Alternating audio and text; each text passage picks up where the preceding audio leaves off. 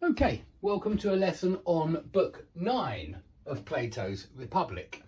Now, in Book 8, you might have noticed that when I went through the 5 different types of state and the corresponding 5 different types of individual that live in each state, because the man is like the state and the state like the man. You should always remember that in Plato. It's a very important idea that runs right the way through the book in every single chapter. And some of you will have noticed that we didn't really do much about the tyrant. We went through the other 4 parts carefully. The Republic has already been described, but then the ideal state.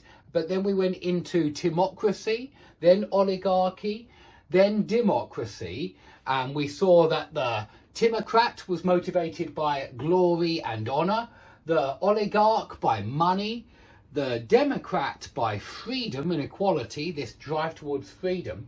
And we didn't really see what the tyrant was after, what he was motivated by. And that's because in Book 9, he goes into the tyrant in great detail.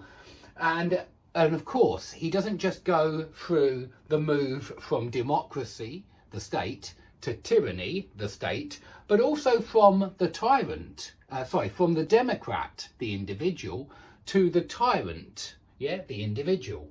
And so you get both movements explained.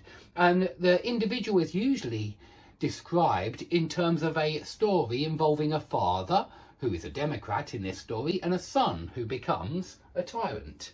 And you see that story for each and every state. He talks about, imagine a father who is from an ill-governed city, but who is from the aristocracy, and his son, and the son loses his way, and he becomes corrupted by different ideas from others around him, and he becomes in the end a timocrat. So it's this story of how over time life perhaps gets worse and worse in some kind of way, or let's say that the state becomes worse and worse. It moves from this ideal perfect state to this tyranny, and it does so in 5 different stages.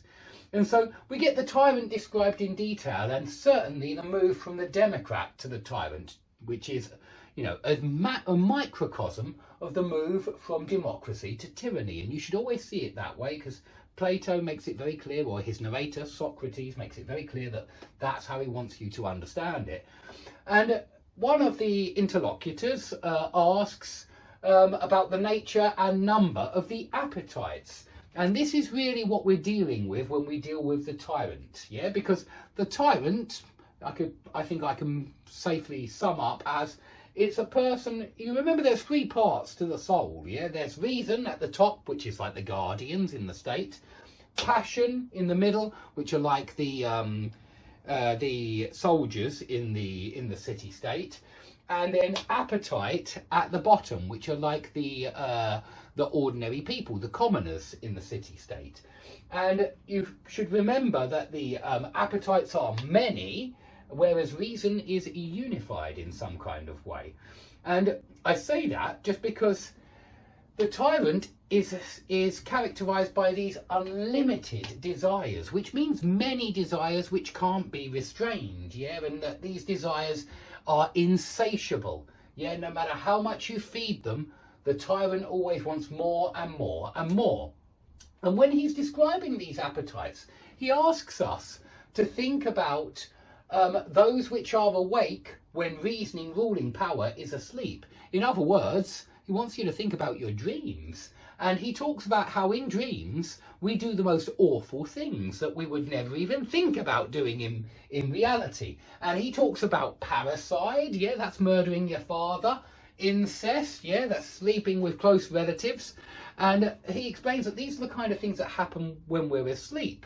And these are the appetites, they're unrestrained desires.